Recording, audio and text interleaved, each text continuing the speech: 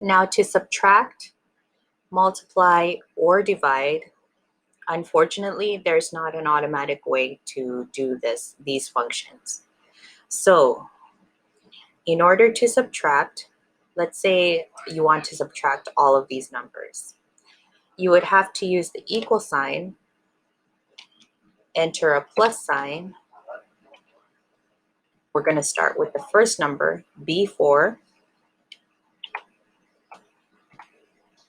That's column B, row 4. And then we're going to subtract each column. So you can either enter C4, D4, E4, or F4 all the way to I, or you can use Control.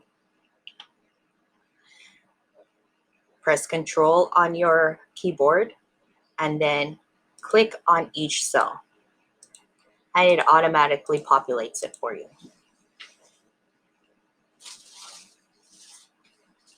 Let me do this again. Sorry, you will also have to put the minus sign in each time. So dash sign, Control, click. Minus sign, Control, click. Minus sign, Control, click. All the way till you get to the end. I know this is tedious, but unfortunately there's not an exact formula for subtraction.